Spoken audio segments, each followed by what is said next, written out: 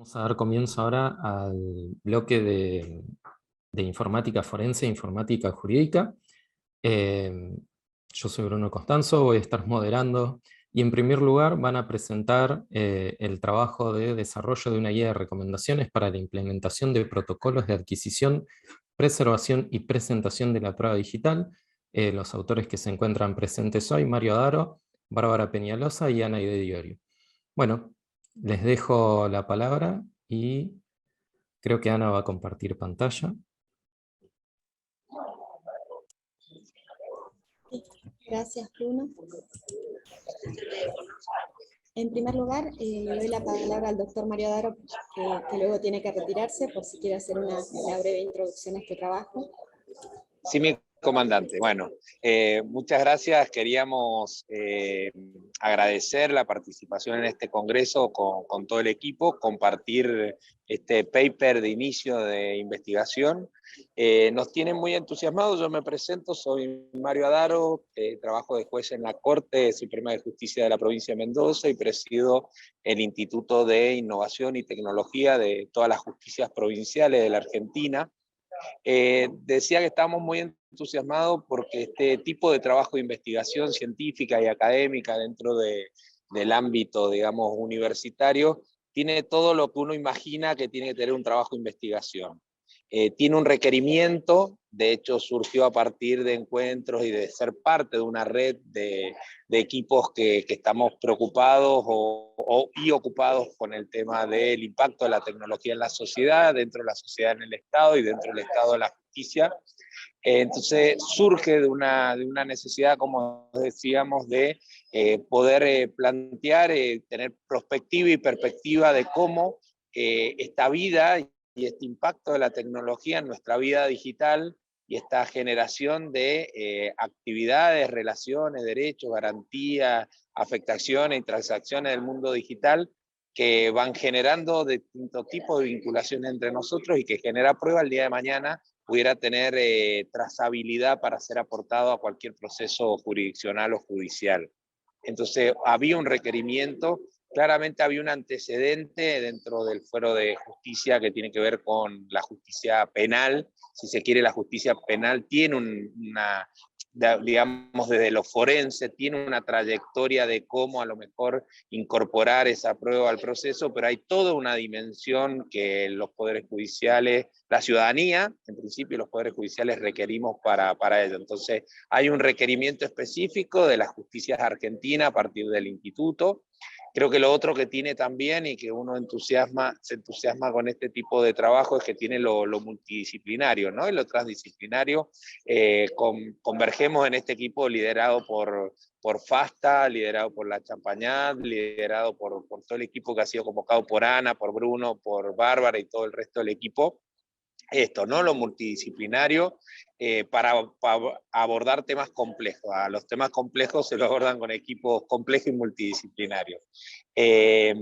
También tiene esto, el impacto social que va a tener, ¿no? De perspectiva de derechos humanos y de garantías para la incorporación. Hay mucho contexto para discutir de cómo se obtiene una prueba, inclusive cómo los órganos públicos y cómo hoy, a lo mejor más la forencia penal obtiene una prueba. Hay toda una amplia discusión, entonces también nos parecía bueno este trabajo y finalmente la posibilidad de que estas recomendaciones sean adoptadas por toda la justicia argentina, creo que cierra un ciclo de una cuestión que es científica, académica, de investigación, de campo, pero que finalmente consolida derechos, garantías a la sociedad. Y me parece que eso es lo que tiene, o por lo menos lo que nos tiene de entusiasmado, porque bueno, cuando uno piensa el rol de las entidades académicas y universitarios en su rol de stakeholder de una sociedad, en un ecosistema mucho más grande, uno de esos roles creo que tiene que ver con esto y vamos a cumplir con algún, digamos, con ese mandato, ¿no? Social de, bueno, las universidades también en su investigación académica trascienden y tienen un impacto. Así que agradecido de ser parte, de que este equipo haya podido aceptar ese desafío y esté trabajando denodadamente y con mucha responsabilidad y y prestigio para consolidar esto, y queríamos compartirlo con esta comunidad de Derecho Digital y de este Congreso. Gracias, Mario. Bárbara, te cedo la palabra. Hola, buenos días a todos. Bueno, desde ya es un gusto participar en este congreso y presentar este trabajo en el que hemos venido aportando desde hace algunos meses. Bien como señalaba Mario, se advierte esta necesidad de idear un protocolo o una serie de bases o de guía para poder manipular, para poder introducir al proceso civil, de familia, comercial y laboral, la prueba digital. Esto producto de que la digitalización ya nos ha abarcado todas nuestras rutinas e influye ciertamente en nuestros hechos y actos jurídicos cotidianos, ¿sí? Y la pandemia ha sido una cabal muestra de esto y ha acelerado considerablemente los procesos, puesto que los ciudadanos han debido volcarse al entorno digital para realizar actos que habitualmente lo hacía de forma analógica. Como señalaba Mario, hay iniciativas que ya las voy a detallar en los fueros penales, ¿sí? Que es en donde primero se presentó el desafío, principalmente ante la Comisión de Delitos Informáticos, se presentaba este desafío en la investigación. Hoy en día ya estamos viendo que no solo se circunscribe la investigación de delitos informáticos per se, sino que justamente como la tecnología nos atraviesa la cotidianeidad, también la Comisión de Delitos, que podríamos decir de los tradicionales, para no entrar en tecnicismos en este corto plazo que tenemos para exponer, también vemos este desafío, digamos, de recurrir a la evidencia digital para probar los hechos en un caso concreto. Así es que teníamos iniciativas del Ministerio de Justicia y Derechos Humanos de la Nación, los Ministerios Públicos Fiscales, el Ministerio Público Fiscal de la Nación, ahí como pueden ver en la diapositiva, ya en el año 2016, 2017, tenía iniciativas de aportar guías de obtención, preservación, tratamiento de la evidencia digital.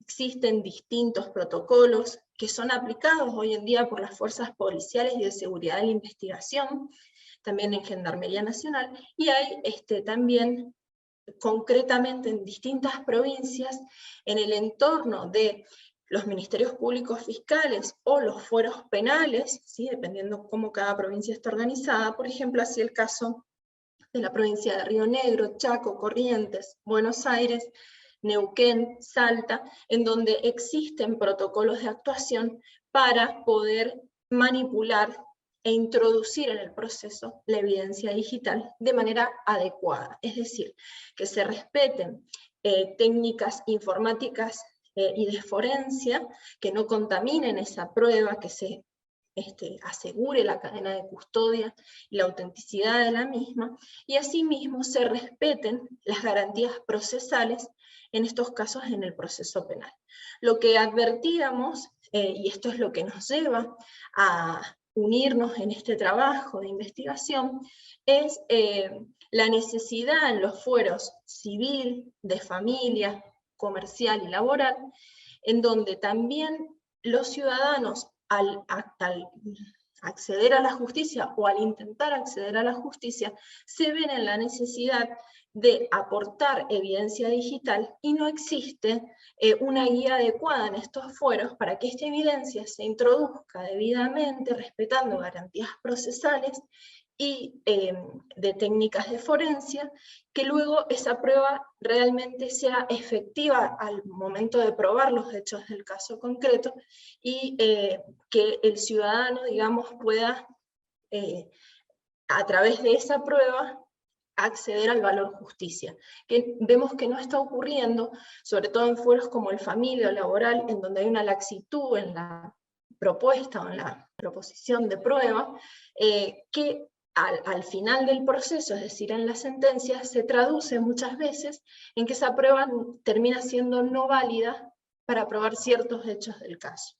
Entonces, es por esto que en conjunto entre la Universidad FASTA, la Universidad Champagnat, ha pedido, con el incentivo de la Suprema Corte de Justicia de la provincia de Mendoza, así como de la Junta Federal de Cortes Superiores Tribunales de las Provincias Argentinas y de la Ciudad Autónoma de Buenos Aires, que es la JUFEJUS, es que hemos reunido los esfuerzos para poder aportar a estos fueros, así como existen ya en los fueros penales de las distintas provincias, aportar protocolos, una guía de buenas prácticas, y así incluso también un modelo de acordada para que se puedan implementar estas buenas prácticas en los procesos que se ventilan en los fueros civiles, laborales, comerciales y de familia. Ya concretamente, ahí como ven era lo que les adelantaba, tendremos una prueba modelo en Mendoza, y ya luego la intención es poder abrir estos protocolos y estas guías de actuación hacia el resto del país. Ahora yo le cedo la palabra a Ana y ella va a explicar justamente cuál es la metodología de nuestro proyecto. Muchas gracias. Gracias, Bárbara. Bueno, cuando recibimos la iniciativa para iniciar este trabajo, particularmente desde el InfoLab teníamos la experiencia de haber realizado la guía integral de empleo de la informática forense en el proceso penal de la provincia de Buenos Aires. Sin embargo, este trabajo es mucho más ambicioso y además de ser interdisciplinario e interinstitucional, abarca, tiene un objetivo común que es digamos, ser implementado o tener la voluntad de ser implementado en todo el país, en varios fueros, con una disposición y con un acatamiento por parte de los peritos de parte, que son los que en muchos casos trabajan en estas modalidades. Entonces, el desafío es diferente, el desafío es desde una responsabilidad social y también desde una llegada y un consenso con la comunidad. Por lo tanto, propusimos una metodología de trabajo en el proyecto dividido en un tiempo máximo de 2 años. En una primera etapa, que es la etapa en la que actualmente se encuentra el proyecto, estamos en principio realizando un estudio del arte tanto desde el punto de vista técnico como desde el punto de vista legal. Hicimos una recopilación de las normas nacionales e internacionales que tenían que ver con la materia, y lo que nos pareció muy importante es también realizar un estudio de jurisprudencia, porque lo que queríamos conocer es también qué casos están llegando a la justicia y qué casos se consideran relevantes y cuál es la visión que tienen tal vez desde distintas justicias provinciales. Nuestro país, para los que son de Latinoamérica, sobre todo nuestro país es un país federal, por lo tanto cada justicia provincial tiene sus propias códigos procesales. Entonces, desde ese estudio de jurisprudencia en cada uno de los fueros, siempre trabajando de manera interdisciplinaria entre técnicos y abogados, comenzamos a detectar cuáles eran los objetos de interés que podíamos incorporar en la guía. Digamos, dentro de lo que es evidencia digital, ¿qué tipos de evidencias son las que se presentan y cómo debemos estudiar y protocolizar cada una de ellas? Entonces surgieron algunas categorías, por ejemplo, evidencia que se obtiene de redes sociales, donde hay un servidor, digamos, que es donde está contenida la información, evidencia que se obtiene en casos de punto a punto, donde en realidad quien tiene la evidencia es, por un lado, quien lo envía y por otro lado quien lo recibe. O sea, estuvimos haciendo correos electrónicos, estuvimos haciendo una primera categorización de esos tipos de evidencia y además también analizando algunas posibilidades para la conservación, ¿no? Porque, de nuevo, este es un protocolo que estaría orientado a lo que es, por un lado, la extracción, ¿sí? Por otro lado, la conservación. Y es así que evaluamos algunas alternativas vinculadas principalmente con blockchain, con la posibilidad del hash, para garantizar, como decía Bárbara muy bien, la inalterabilidad de esa prueba. Con este estudio, que tenemos previsto esta primera etapa, finalizarla sobre el final de este año o inicios del próximo año, estaríamos definiendo cuáles son los elementos que integrarán esta guía de recomendaciones. Luego habrá una segunda etapa, que en esta segunda etapa ya desarrollaremos específicamente esta guía, y además diseñaremos los procesos e instrumentos que vamos a destinar para que pueda ser esto validado por parte de la comunidad judicial y profesional. Tenemos previsto instancias de validación con algunos actores claves dentro de nuestro país en cada uno de los fueros. Incluso invitamos, tomamos la posibilidad de invitar a quienes quieran participar como validadores de esta guía desarrollada. Luego habrá una tercera etapa, que es ya el desarrollo de una prueba piloto de implementación de la guía en un juzgado de la provincia de Mendoza, y también la validación externa de otras instituciones que vamos a definir para adoptar los resultados. Y por último, está previsto desarrollar un modelo de acordada que cada una de las digamos, de los poderes judiciales de las provincias de nuestro país puedan tomar para implementar estas guías y estos protocolos dentro de los organismos de cada una de estas provincias. Por último, para ser fieles al tiempo que nos brindaron, como reflexiones y conclusiones, no existe en la Argentina un instrumento como el que está demandando la JUFEJUS.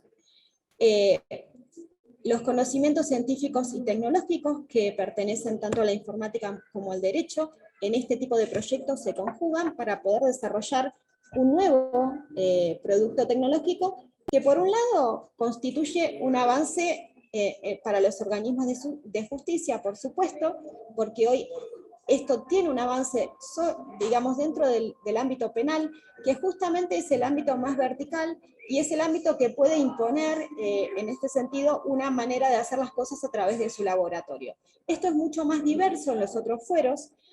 Los peritos participantes no integran generalmente grandes laboratorios, sino que son peritos independientes, por lo tanto, están necesitando de una herramienta de este tipo que esté adaptada exclusivamente a ese fuero, porque si no lo que suelen hacer es tomar otras guías que están pensadas tal vez para el fuero penal, pero que es lo único que existe en nuestro país, para incorporarlas dentro de su fuero, lo que muchas veces genera algunas dificultades, porque las herramientas tecnológicas de un perito de parte, o un perito, digamos, de oficio, pero que no pertenece a un laboratorio, no son las mismas de un perito que pertenece a un laboratorio. Entonces, en ese sentido, es muy importante darles esa posibilidad.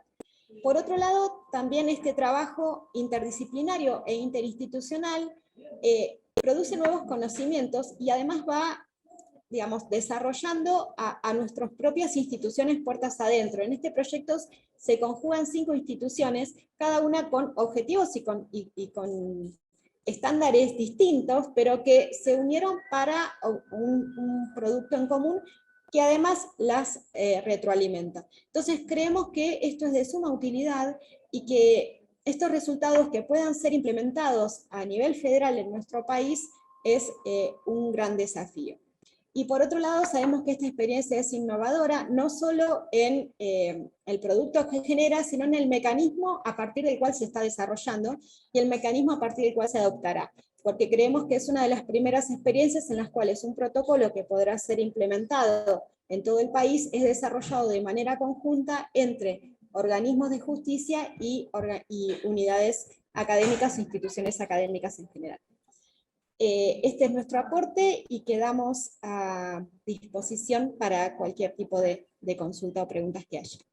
Gracias.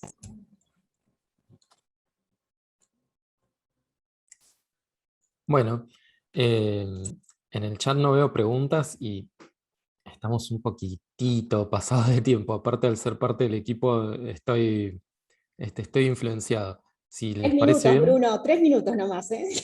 Mirá que tengo el reloj acá. No sé, por ahí creo que no lo mencionaste, pero además de la vinculación con otros poderes judiciales, digamos, ¿hay posibilidad de vinculación con otras entidades del Estado o con otras instituciones más allá del Estado? Yo creo que sí. no sé qué opinan Bárbara y Mario, pero me parece que este tipo de trabajo incluso puede trascender las fronteras de Argentina, porque nosotros no hemos encontrado, por lo menos en un primer relevamiento que realizamos, por lo menos dentro de Latinoamérica, no hemos encontrado iniciativas de este tipo. Creo que totalmente la idea de interoperar no solo con organismos públicos, me parece muy interesante también, inclusive con las empresas grandes tecnológicas donde se produce el dato, donde se aloja el dato inicialmente. Creo que tenemos que, si hay un peso institucional como el que pretendemos, si hay un peso científico y académico como el que se está desarrollando, también necesariamente en ese ecosistema tenemos que contar con las empresas donde se producen los datos, porque estamos pensando en un nivel de trazabilidad desde donde se genera hacia donde se aporta. Entonces, también las las empresas, las grandes empresas de datos, de redes, de comunidades tecnológicas, vamos a intentar generar una vinculación. Claramente es donde se genera la evidencia. Bueno, si les parece entonces, podemos pasar al segundo trabajo de este bloque, el trabajo de estudio de funcionalidades en herramientas de informática forense de propósito general desde la perspectiva del analista, que lo va a presentar Enrique Miranda. Enrique, si podés compartir pantalla. Bárbaro. Ya habías hecho la prueba. Bueno, soy Enrique Miranda. Presentamos un trabajo en conjunto con la Universidad Nacional de San Luis, digamos, bajo un convenio marco, y el Poder Judicial. La idea es, digamos, plantear una discusión y en base a herramientas que se utilizan día a día en un laboratorio de informática forense, puntualmente basado en aquellas funcionalidades que más inciden, digamos, en la tarea que realiza a diario el analista, ¿no? Para dar un poco de contexto, creo que, digamos, todos estamos un poco empapados en el tema. ¿Cuál es el inconveniente? Parte, digamos, de algo que es bastante ventajoso y que se viene dando con los últimos años, que es el crecimiento tecnológico. Nada, quise poner algunas imágenes como para brindar un pantallazo, pero y centrarme más que nada en aquellas cuestiones, porque el avance tecnológico, digamos, es algo muy general, pero aquellas cuestiones que inciden en lo que más o menos vamos a analizar. Y básicamente es la capacidad de almacenamiento, es uno de los aspectos interesantes. Yo en la parte de ahí superior izquierda puse una foto que parece un motor de una lancha o no sé. En realidad es un disco rígido de una IBM del 79 y que permite almacenar 64 megabytes. Más o menos no permitiría más de 10 fotos capturadas por un dispositivo móvil de término medio de hoy en día. Y más abajo, bueno, un poco la evolución de lo que ha sido los dispositivos de almacenamiento que podemos encontrar en las computadoras, en las notebooks, ¿sí? Y un poco ya más abajo, bueno, lo que es la última generación de discos de estado sólido, que con una velocidad, digamos, mucho mayor y también capacidad de almacenamiento. Y después ya acá a la izquierda, en la parte superior, una micro SD que es más chica que el tamaño de una uña, pero que permite almacenar algo muy grande, ¿no? Que es 1 terabyte. Entonces acá tenemos la evolución de lo que ha sido la capacidad de almacenamiento, algo determinante para lo que es en los aspectos que voy a analizar. Por otro lado, también la proliferación de dispositivos de móviles y smartphones. Y por otra parte, digamos, un dispositivo móvil, hoy en día todo el mundo tiene uno. Y por otra parte también los servicios que los usuarios comunes, digamos, tenemos en la nube y toda la información que estos almacenan. Entonces, todos estos aspectos, digamos, han sido muy provechosos y nos han facilitado muchísimos aspectos de la vida diaria, ¿no? Pero desde el punto de vista del laboratorio forense, esto ha sido algo que ha presentado dificultades con el paso del tiempo y en una escala, por así decirlo, exponencial, ¿no? ¿Por qué? Y bueno, básicamente porque este crecimiento también se ha dado o ha facilitado, digamos, el desarrollo de delitos que se dan en estos ambientes y que crecieron y que surgieron a partir de estas tecnologías, ¿sí? Básicamente el ciberdelitos, ¿no? Estamos hablando. Otros delitos que se venían desarrollando antes, pero que ahora con este tipo de avance y estos dispositivos es más fácil, o facilitaron varios aspectos, entonces también en ese contexto. Y por último, bueno, dada la proliferación, el fácil acceso y que están en todas partes, hoy en día también se encuentran o sea, hay dispositivos en cualquier tipo de delitos, quizás que no tengan ningún tipo de naturaleza tecnológica ni nada. Por brindar un ejemplo, un homicidio difícilmente se lleva a cabo por medios electrónicos, pero sí puede ser esclarecido por esto. Entonces, digamos, todo esto ha generado que los laboratorios de informática forense estén cada vez más sobrecargados, ¿sí? Acá un autor, por citar alguno, ¿no?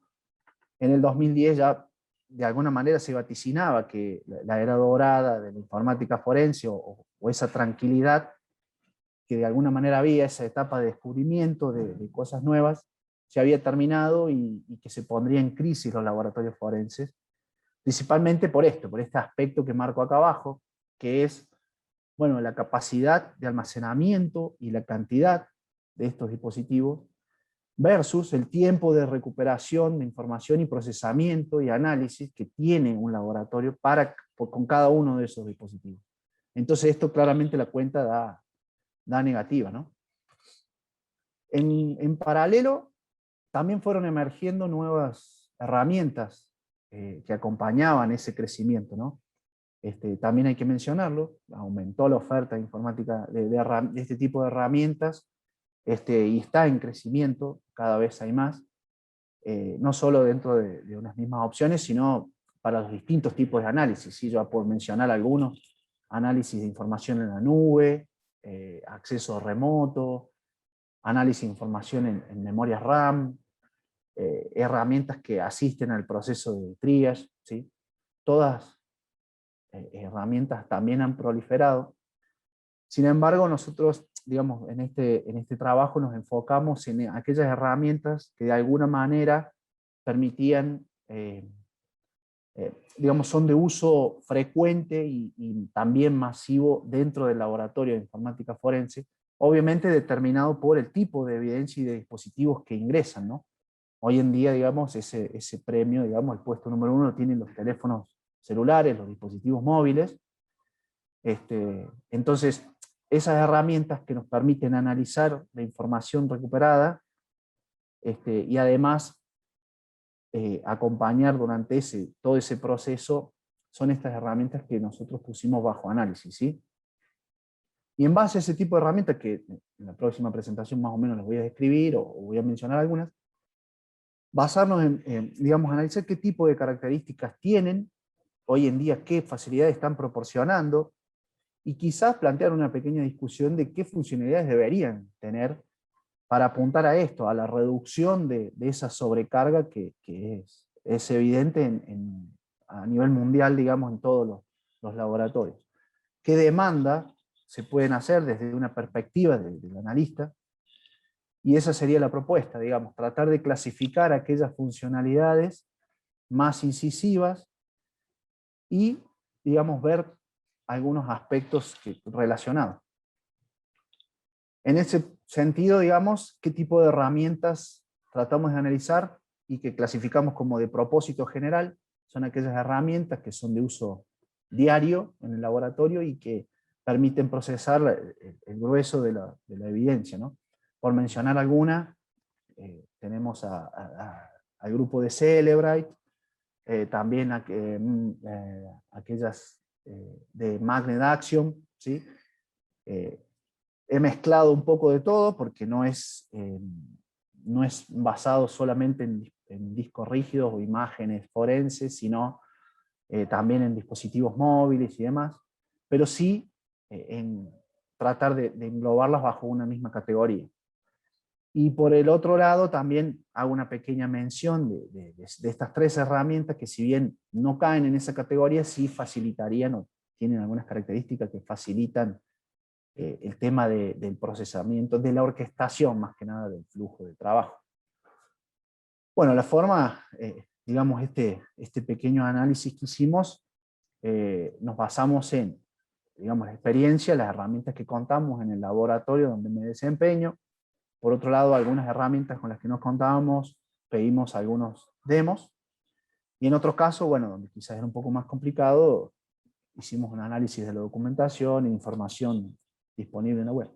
Y en base a eso se planteó, digamos, caracterizar las funcionalidades, digamos, más relevantes que nosotros consideramos en dos grupos, digamos, en aquellas primarias que son las más esenciales y que, digamos, todo este tipo de herramienta de este segmento debería poseer en este punto, y no poseerlas, digamos, ya lo aleja de estar en el conjunto de herramientas usables, y aquellas funciones más avanzadas que quizás están proporcionando las nuevas herramientas y están brindando más características y cuestiones más robustas o más avanzadas, ¿no?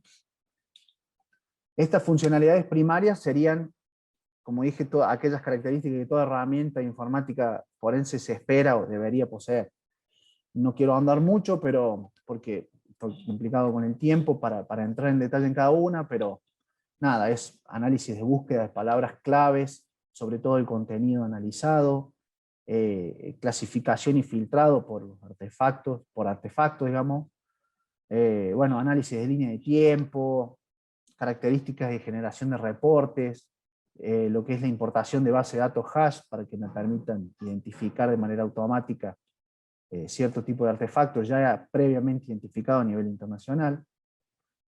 Por entrar en detalle en alguna, hacemos referencia a clasificación y filtrado de artefactos, a esta característica que es el procesamiento de la información y la identificación de cada uno de los archivos o eventos o lo que sea de un disco, de una imagen forense, por ejemplo, en tipos y artefactos que me permitan a mí centrar la búsqueda en lo que el analista está o se le ha solicitado relevar, ¿no? ¿Qué otra funcionalidad también es que las herramientas brinden múltiples vistas y que estén integradas, ¿no? Es decir, yo poder switchar entre vistas y ver distintos aspectos de cada uno de los artefactos, la información que estoy visualizando. También visualizadores integrados, o sea, o reproductores de multimedia, o visualizadores de hexadecimales y demás. Es una característica bastante deseable. Y después vamos a las funcionalidades avanzadas, ¿sí?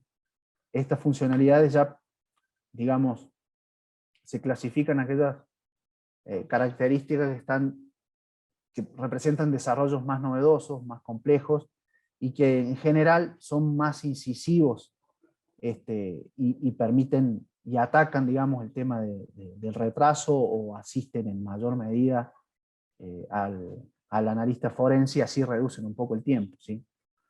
En esta categoría se pueden colocar artefactos definidos por el usuario, es decir, ya no solo trabajar con los artefactos o el tipo de elemento que identifica la herramienta de base, sino también posiblemente que el usuario pueda especificar un artefacto en particular que necesita procesar. Muchas veces eso hace que la herramienta se centre, o incluso poder analizar elementos que la herramienta no identifica de por sí, sino que el usuario los tiene que buscar manualmente. Poder especificar o programar o definir módulos adicionales, en general que se llaman plugins, ¿no? Esto en general requiere de una programación, ¿no? De la especificación, pero sí es muy deseable porque esto permite que añadirle módulos o procesamientos que la herramienta quizás de fábrica o por defecto no trae, ¿sí?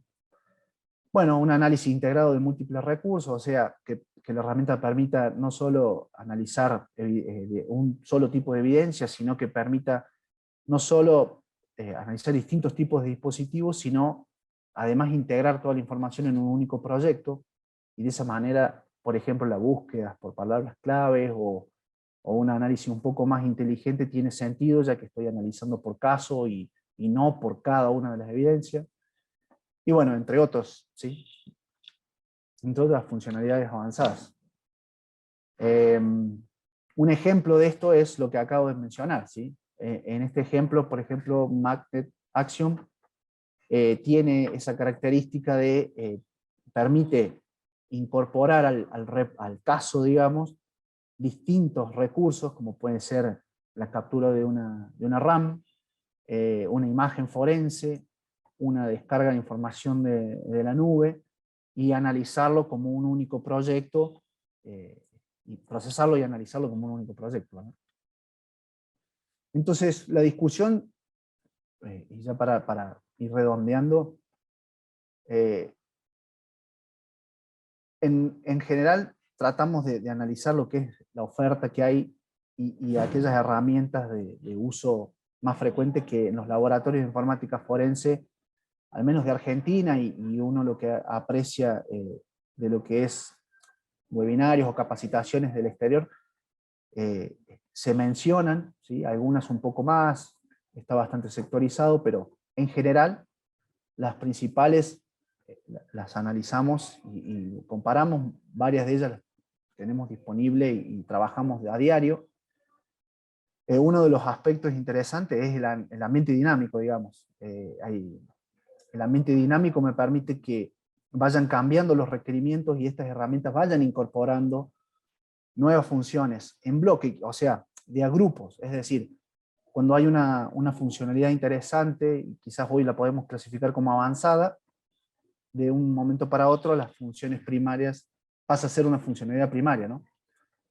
También esto que decía, los esfuerzos por automatizar flujo es algo interesante también. Muchas de las herramientas están tendiendo a no solo hacer por caso, sino tratar de automatizar el flujo de trabajo dentro del laboratorio, como por ejemplo SecDirector, Magnet Automate, están tendiendo para eso. Que, bueno, las funciones avanzadas tienen más significancia y efectividad sobre los casos.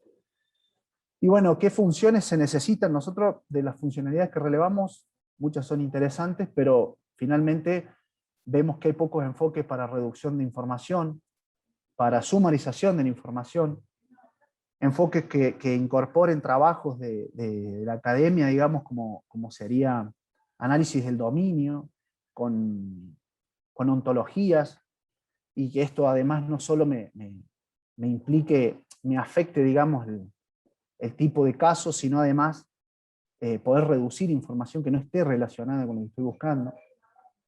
La facilidad y la integración entre productos, eso, digamos, es lo que pudimos relevar un poco. Y como conclusiones, ver que el trabajo, digamos, un trabajo futuro, tenemos esos puntos a relevar y tratar de integrarnos también con las empresas, digamos, para llegarles estos comentarios y estos análisis. Muchas gracias. Bueno, muchas gracias, Enrique. Nuevamente estamos cortos de preguntas por el chat, pero bueno, en particular te seguí con mucha atención. Yo hace algunos cuantos años que trabajo en el tema de herramientas de informática forense. A mí en particular me gusta desarrollarlas. Ese es un perfil bastante raro. Te hago por ahí, más que preguntas, algún comentario, si querés podemos discutir un poquito en buenos términos, por supuesto. Si tuviéramos un congreso presencial, te estaría diciendo de ir a charlar durante el almuerzo. El comentario de Garfinkel del 2010, bueno, Garfinkel, un gran autor, creo que uno de los referentes más grandes que tenemos todavía en informática forense. Yo, viéndolo con la perspectiva del tiempo, entiendo que por ahí iba por otro lado, en cuanto a que en ese momento estábamos teniendo una gran explosión todavía en las capacidades de almacenamiento de los dispositivos. ¿Sí? Estábamos pasando de discos de 120 a 240, a 500 GB, y parecía que eso no iba a frenarse nunca. Y sin embargo, con el tiempo como que se amesetó en un tamaño máximo de 4 TB, ¿sí? Si uno hoy quiere comprar un disco más grande, necesariamente caen discos desktop, y las notebooks y los dispositivos móviles le ganaron mucho terreno a las computadoras de escritorio. Entonces eso como que nos metió en una baja de los tamaños de almacenamiento, y recién este año, por ejemplo, Apple anunció el iPhone con 1 TB de almacenamiento. Y por otro lado, yo en esto soy como crítico y creo que tendría que haber un mejor trabajo de los desarrolladores de herramientas. Creo que gran parte del software moderno no aprovecha a fondo las capacidades del hardware, ¿sí? Entonces yo hoy, por ejemplo, tengo en mi computadora un disco NVMe que puede leer y escribir a 3 GB por segundo, y sin embargo cuando corre una herramienta como Bulk Extractor, eh, no pasa de procesar más de 100 MB por segundo, ¿sí? Y en casos más complejos baja la velocidad a 10 MB por segundo. Eso, bueno, se mete en un cuello de botella en cómo usa el procesador. Entonces, si bien comparto que hay una problemática grande en cuanto a los tiempos de procesamiento de la evidencia digital, creo que por ahí los que nos gusta desarrollar herramientas o los que podemos dedicarnos a eso, tenemos que empezar a volcarnos un poquito más a la optimización de lo que ofrecemos.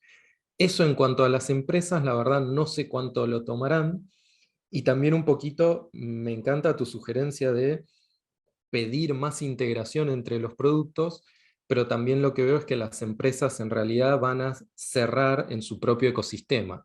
Entonces, si compras un producto de Magnet, necesariamente va a funcionar bien con otros productos de Magnet, pero por ahí no con otros de la competencia. Bueno, Ana Diorio también te comenta ahí en el chat, bueno, felicitaciones, que este tipo de trabajos son cada vez más necesarios, y te quería hacer la consulta de bajo qué modalidad realizaron este trabajo conjunto, si firmaron un convenio de cooperación entre las instituciones o si es un PDTS. Bueno, sí, redondeo, para así no nos pasamos mucho más. Sí, estoy de acuerdo. Es un comentario, convengamos que Garfinkel en el 2010 no creo que haya pensado en lo que es la encriptación y el problema que iba a venir a traer, lo que es la gran demanda y crecimiento de dispositivos de smartphone, lo que era el acceso y el volumen de información que tenemos hoy en la nube. Digamos, el panorama es mucho más complejo que el procesamiento. Sin embargo, en el número sí, porque nosotros en 2 años es impresionante la cantidad de dispositivos que ingresan. Entonces, más allá de hacer un análisis pormenorizado, causas, tipos de delitos y demás, hay una realidad. Pasan la puerta del laboratorio mucha más cantidad que hace 2 años. Sí es cierto, y estoy 100% de acuerdo en que las empresas no hay poder. Vos mencionabas acceso a disco, yo te digo, hoy en día muchas máquinas tienen GPU, cada vez vienen más comunes, y las herramientas, muchas herramientas no utilizan GPU, o sea, la aceleración por video que puede ser utilizado. Hay muchas herramientas que lo usan, pero hoy ya en 2021 eso no debería estar cuestionado. Entonces sí, estoy 100% de acuerdo. Y bueno, con respecto al desarrollo, sí, es cierto. Digamos, uno ve, y creo que lo menciono en el trabajo, que hay desarrollos abiertos, ¿sí?, que uno encuentra en los repositorios para, por ejemplo, análisis de audio, y análisis y transcripción de audio. Y es un faltante terrible en las herramientas de hoy en día. Digamos, uno, si quiere ver o analizar esa información, tiene que escuchar audios. Es ridículo hoy en día. Y estamos hablando, no estoy hablando de que la NASA desarrolló un algoritmo para transcribir audio. Estoy hablando de que están disponibles en software libre. Entonces uno no entiende quizás el objetivo de las empresas, y bueno, quizás sí lo entendemos, sabemos que apuntan a eso que decís vos. Y bueno, respecto, ya para cerrar, sí, dar paso a los que siguen, Ana, firmamos un convenio marco.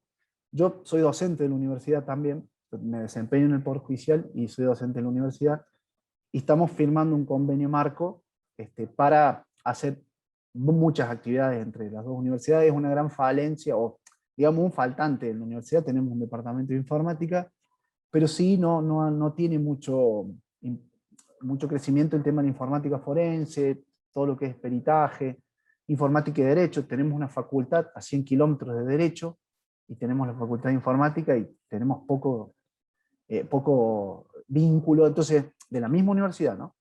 Entonces estamos tratando de amalgamar todo eso porque creo que el derecho necesita, y bueno, y informática también. Nosotros tenemos un faltante que eso impacta en, por ejemplo, peritos de parte, no hay muchos en la provincia, peritos llamados a concurso, peritos oficiales, digamos, los perfiles son, no están formados, entonces queremos tratar de reforzar esa pata y a partir de eso surgió todo. Sí, Gracias. creo que parte de la pregunta también es que, bueno, nosotros, Ana es la directora del Infolab, yo trabajo en el Infolab, hemos hecho varios proyectos y hemos encontrado en el mecanismo del Ministerio de Seguridad, de Ciencia, perdón, de los PDTS, un canal a través del cual formalizar este tipo de proyectos conjuntos que involucran por ahí a las universidades y al Poder Judicial. Entonces, por ahí puede ser algo útil para que exploren.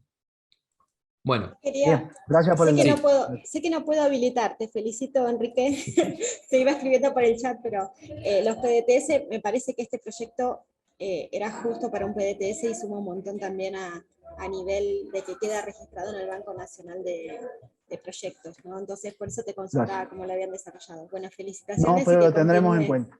El convenio, gracias. Gracias.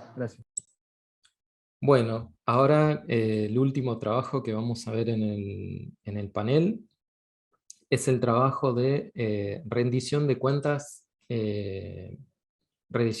judicial en el Poder Judicial brasileño a través del análisis de datos cuantitativos. Lo va a presentar Aline Macoin, entiendo que en portugués, así que vamos a escucharla con mucha atención y cuando le hagamos las preguntas vamos a hablar de manera lo más clara posible. Adelante, Aline. Gracias. Entonces, mi nombre es Aline Macoin, soy de la Universidad Federal de Paraná, en Brasil, y hoy les voy a presentar mi artículo escrito con el profesor César Cervena. Haré mi presentación en portugués y si algo no está claro, estoy disponible para cualquier pregunta al final.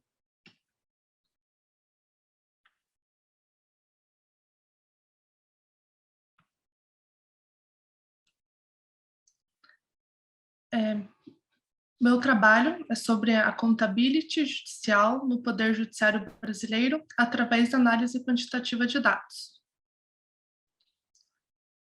Bom, antes de iniciar, né, qual é os questionamentos que eu trago no meu trabalho, eu trago primeiro o conceito de accountability. O que a literatura define sobre esse conceito, né?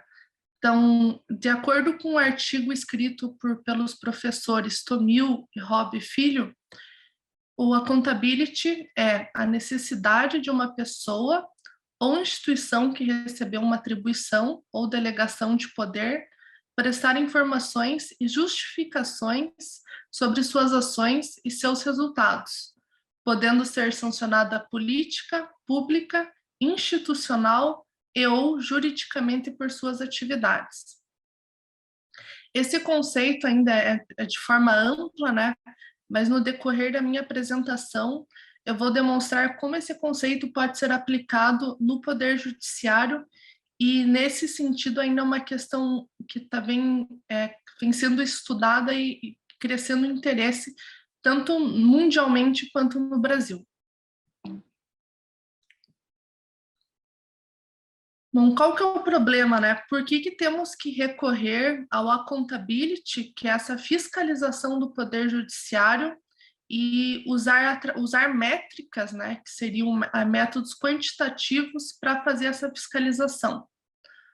Bom, principalmente no Brasil, né, vou contextualizar no contexto brasileiro o meu trabalho, mas acredito que algumas características até sejam comuns em diversos países.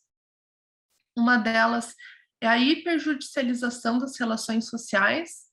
Então, cada vez mais pessoas procuram o Poder Judiciário para resolver seus conflitos, sejam eles conflitos super simples ou conflitos complexos que envolvam inúmeras pessoas.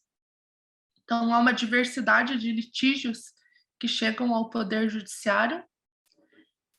Cada vez mais surgem tecnologias que auxiliam os advogados a tanto protocolarem mais ações, quanto acompanhar.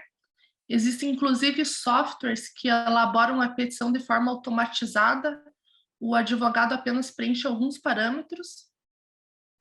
E se o Poder Judiciário não tiver um algoritmo para também se auxiliar, o número de juízes não cresce proporcionalmente ao número de processos que crescem no decorrer dos anos. Isso no Brasil já foi constatado, há um número exponencial de processos a cada ano, que surge, cada vez cresce mais, e o número de funcionários do Poder Judiciário não cresce na mesma proporção. Então, tem tecnologias que auxiliam os advogados, e também o Judiciário também está investindo em tecnologias para ajudar eles a darem a essa vazão ao julgamento dos processos. Mas já aí surge o primeiro problema.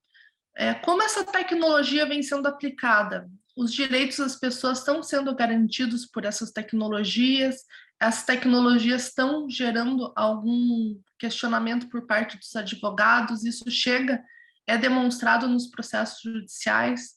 Então, o accountability, que é essa fiscalização, também vem nesse sentido, também para fiscalizar como que os processos estão andando também com o uso dessas tecnologias, que resultam numa maior automação, né? Tanto por parte dos advogados, quanto por parte dos juízes.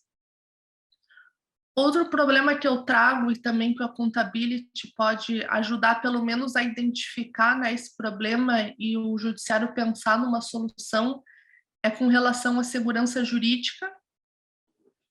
Atualmente, podem existir casos que se referem aos mesmos direitos, aos mesmos fatos, e por serem julgados por juízes diferentes ou por tribunais diferentes, podem a gente encontrar até entendimentos opostos.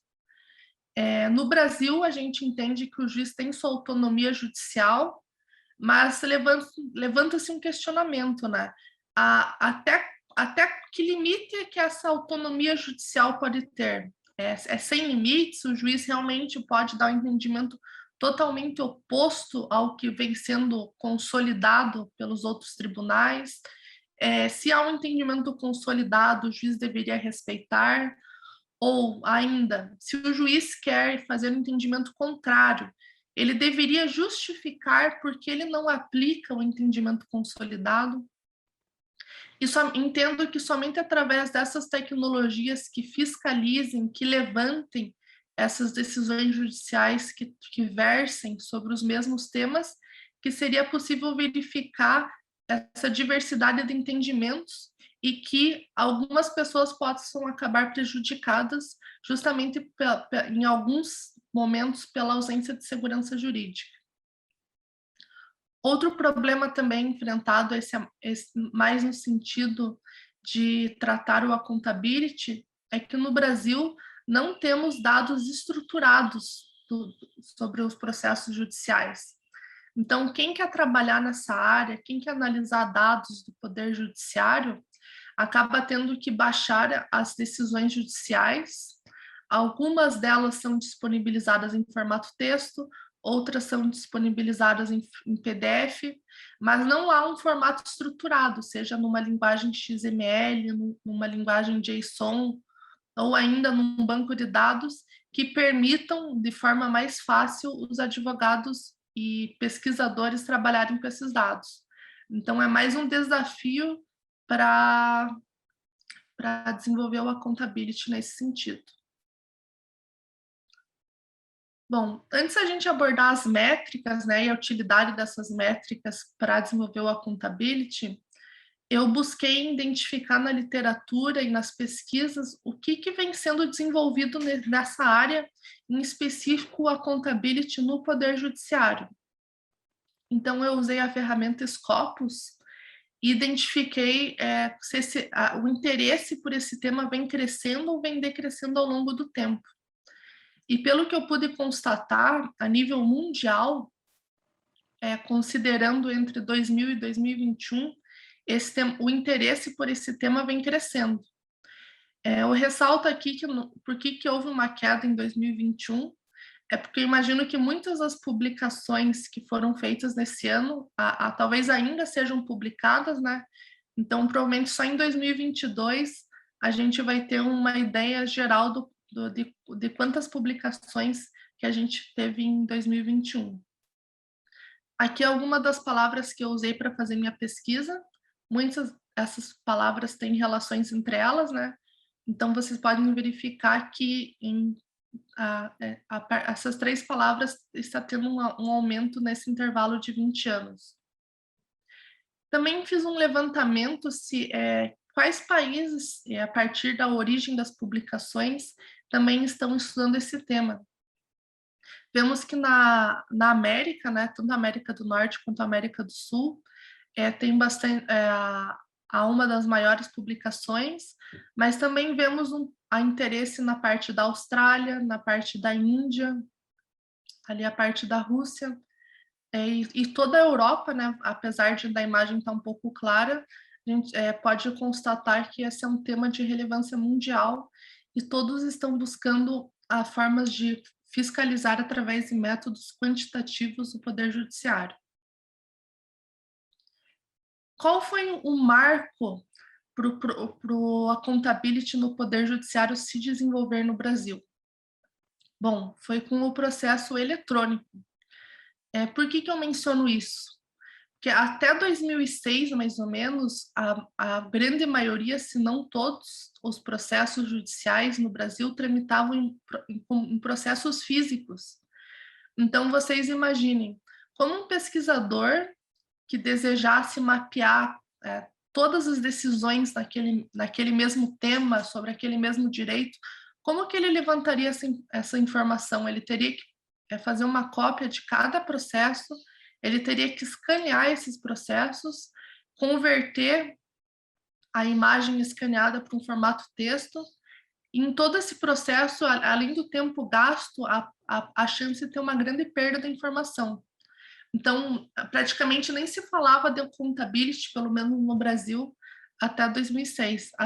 E as pesquisas que existiam nesse sentido eram mais teóricas do que práticas. E tanto até o fenômeno recente do processo eletrônico e a constante evolução da informatização do judiciário, agora é que está começando a ser discutido as métricas que podem ser usadas para essa accountability. Então, a gente agora está saindo da esfera teórica e indo para a prática, né? Quais métricas efetivamente podem resultar numa fiscalização efetiva do judiciário e também não no modo agressivo, né? A gente só identificar falhas.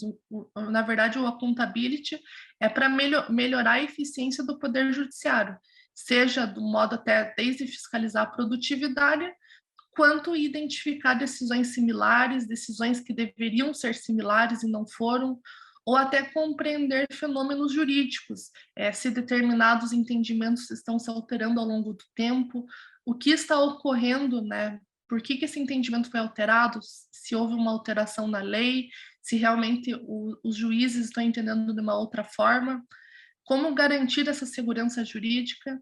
Então, a partir desses dados, é possível estudar tantos fenômenos jurídicos e até esclarecer o que ocorre em determinados processos e possibilitar os advogados questionarem. Mas, apesar desse processo eletrônico no Brasil e essa informatização do judiciário estar crescendo desde 2006, ainda há muitos desafios para extrair essas informações. Como mencionado, os tribunais ainda dificultam esse acesso, não há dados padronizados que possam ser facilmente lidos, e também alguns tribunais colocam captchas nos sites justamente para evitar esse acesso automatizado. Então, apesar de toda essa tecnologia, ainda, pelo menos por parte da população que deseja fazer esse accountability ou pesquisadores, há uma grande dificuldade. Com relação ao accountability entre os órgãos do Poder Judiciário, eles têm essa informação já em algum modo estruturada, então eles já conseguem fazer uma análise, os dados já estão mais preparados para essa análise. Então, acredito que, pelo menos internamente, até eu vou mencionar um órgão do poder público brasileiro chamado Conselho Nacional de Justiça, que ele consegue já, em alguns pontos, fazer essa fiscalização. Aqui um exemplo de gráfico que o Conselho Nacional de Justiça elaborou. Então, aqui só um dos inúmeros exemplos que eles já fazem. Eles comparam o número de processos que entram nos tribunais, os números de processos passíveis de julgamento, né? O que seria isso? São processos que não estão suspensos, que eles podem tramitar, não dependem de uma decisão de um tribunal superior.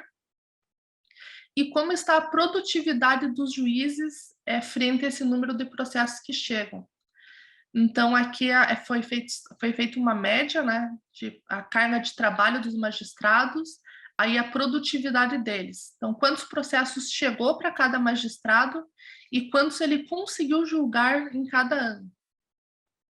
Essa é uma métrica em questões estatísticas e computacionais até relativamente simples, mas já é de grande importância e até interessante o poder público já fazer esse tipo de análise e publicizar para as pessoas poderem acompanhar como que os tribunais estão trabalhando. Mas, como eu vou mencionar mais para frente, há muito no que ser aperfeiçoado e pode ser explorado, pelo menos em termos acadêmicos, com respeito a esses dados. Aqui um pouco detalhando os tipos de accountability, né? Temos o horizontal e o vertical. O horizontal é caracterizado por aquela fiscalização feita entre poderes, né? Então, se temos um órgão do Poder Judiciário que fiscaliza um outro tribunal, estamos falando de accountability horizontal. E se temos a população fiscalizando um tribunal, por exemplo, de acordo com dados públicos, podemos falar de accountability vertical. Então, essas são duas menções que a literatura nos traz sobre esse accountability. Dentro do accountability horizontal, que é aquela fiscalização entre poderes, ainda temos mais 4 divisões que eu vou apresentar agora em seguida. A primeira delas é o accountability judicial decisional, que é a possibilidade de requerer informações dos magistrados pelas decisões judiciais, além de aplicar uma sanção por essas decisões. Mas quando poderia talvez se cogitar aplicar essa sanção, né? Também temos que considerar a independência dos juízes em proferir uma decisão. Mas quando pode-se pensar numa sanção? Bom, os tribunais têm o seu regimento interno, que possui algumas orientações sobre como eles devem fazer esse julgamento e respeito a algumas normas internas do tribunal. Se por acaso o juiz está violando uma dessas normas, esse é apenas um dos exemplos, e a gente tivesse uma métrica que pudesse analisar o texto dessas decisões ou as tramitações que o processo vem sofrendo, poderia se identificar de forma automatizada todos os juízes que estão caindo naquela conduta, né? E um órgão superior, como o Conselho Nacional de Justiça, já poderia aplicar uma sanção até para interromper esse tipo de conduta não desejada e até impedir que novas condutas desse tipo surjam. E sem uma ferramenta automatizada para isso, fica muito isolado, depende de uma denúncia, alguém perceber que o juiz violou essa conduta, e mesmo assim, quando se identifique essa conduta indesejada, acaba se punindo apenas aquela ocorrência isolada, e não todas que ocorreram. Então, nesse sentido, essa métrica ajudaria muito. Outro tipo de accountability é o judicial comportamental, que é receber informações sobre o comportamento dos magistrados. O exemplo mais simples nesse sentido é o de produtividade. A literatura até chega a mencionar o conceito de honestidade, mas como esse artigo, esse meu estudo se refere a métodos quantitativos e honestidade é um conceito muito subjetivo, não vejo como inferir a quantidade de honestidade através de métodos quantitativos. Então, talvez seja até um grande desafio no futuro se tiver alguma inteligência artificial, algum algoritmo que possa fazer esse tipo de inferência. Mas a mais básica delas acaba sendo a produtividade e também é um modo de fiscalização, né? Se o Estado contratou um juiz para dar andamento aos processos judiciais, ele não está dando, cabe a ele justificar o motivo desse não andamento, porque pode existir motivos legais para ele não estar dando andamento, e caso não existam motivos, o órgão pode aplicar uma sanção também. E, por fim, o último, accountability, que eu abordo para ser utilizado com métodos quantitativos, é o judicial legal, que se caracteriza pelo fornecimento de informações sobre o cumprimento da lei e sanção no caso da sua violação. Então, para os casos que existe uma lei ou um entendimento de um tribunal superior para ser aplicado aquele sentido, ser aplicado a lei de determinada maneira, de determinado entendimento, e o juiz não está aplicando, e também cabe a esse órgão do Poder Judiciário fiscalizar e também averiguar, o juiz estava também dentro da sua autonomia poder fazer esse julgamento, ele pode violar o entendimento de um tribunal superior, mesmo consolidado. Então, essa conduta poderia ser caracterizada como uma sanção ou não. Também isso tudo depende de uma avaliação que esse órgão superior pode fazer, e o accountability entraria no sentido de identificar quantas vezes essa conduta foi identificada, quantos juízes estão caindo nessa conduta. Então, essa informação estatística pode auxiliar até aos tribunais, esses órgãos superiores, a avaliarem como os tribunais estão trabalhando.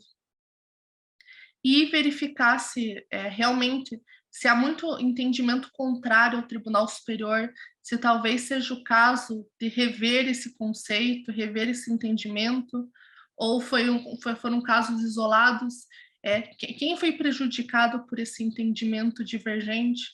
Então, são questionamentos que foge da alçada do software e entra num entendimento que uma pessoa deve fazer sobre o que ocorreu com base nessas estatísticas.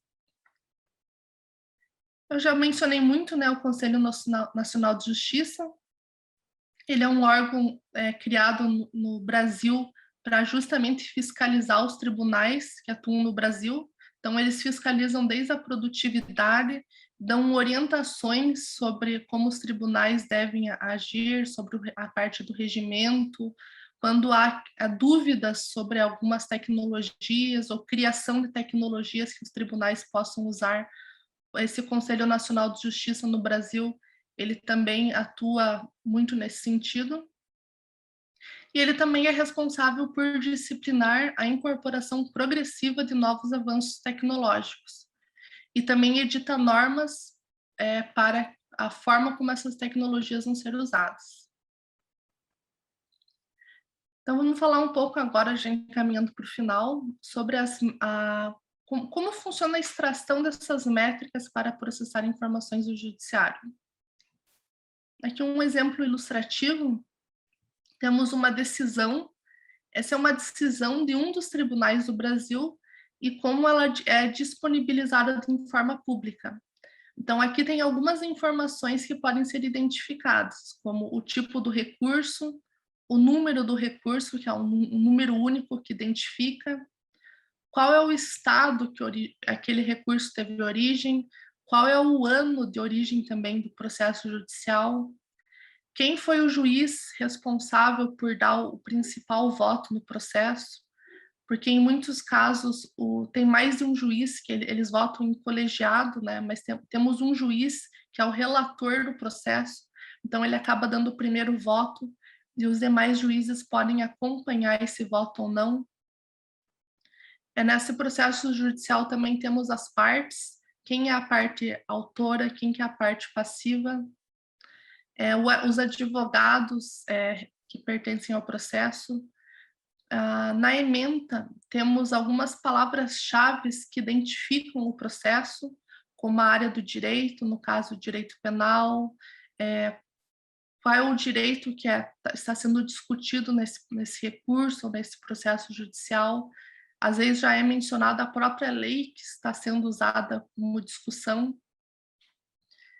E outra informação também relevante é o voto, né? O voto dos juízes, se foi dado provimento, se foi negado provimento ao processo judicial, se foi por unanimidade ou se foi por maioria.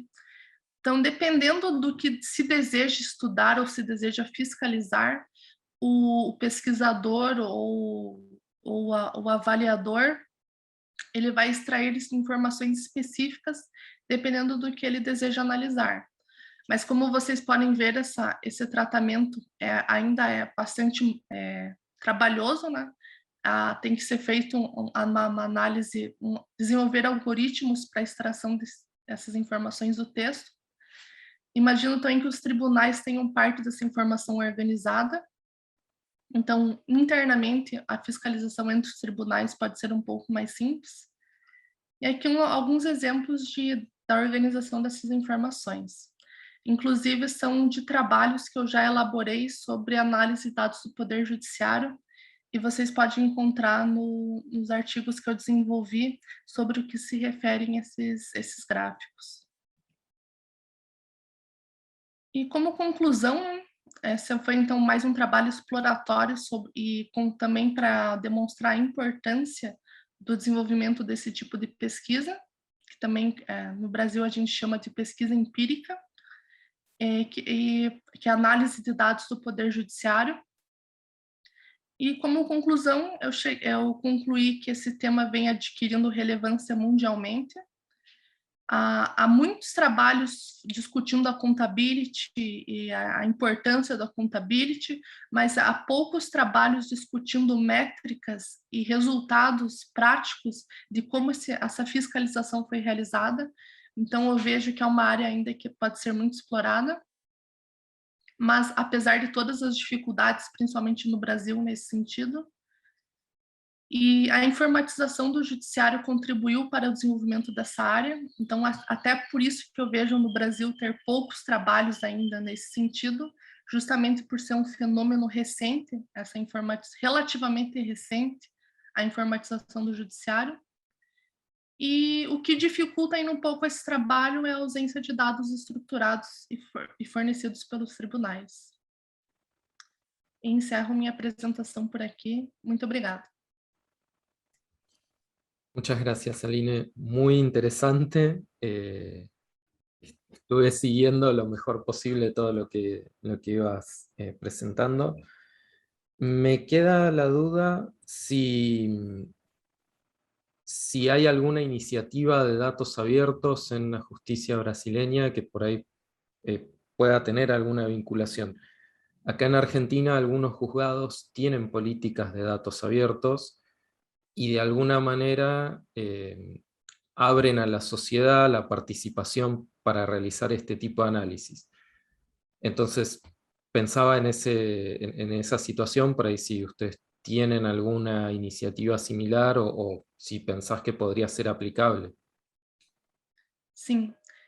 O Conselho Nacional de Justiça, que é um dos órgãos que eu mencionei na apresentação, ele está criando uma plataforma chamada DataJude, que justamente é nesse sentido de dados abertos do Poder Judiciário, mas pelo que eu sei ainda não foi disponibilizado, eles estão elaborando, e eu imagino que num primeiro momento não terão também muitas informações, acredito que serão informações parecidas com o que eu demonstrei, que a gente já consegue extrair de forma textual, mas seria interessante até eles fornecerem informações mais complexas, né?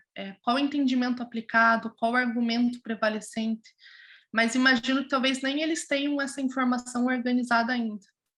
Então, os pesquisadores em posse desses dados abertos, com certeza, vai possibilitar muito mais estudos, né, conforme esses dados abertos forem aumentando, y acho que a sociedade só tem a ganhar con isso. Bueno, muchas gracias. Creo que con esto ya podemos cerrar. Bueno, hay varias felicitaciones a todos los expositores.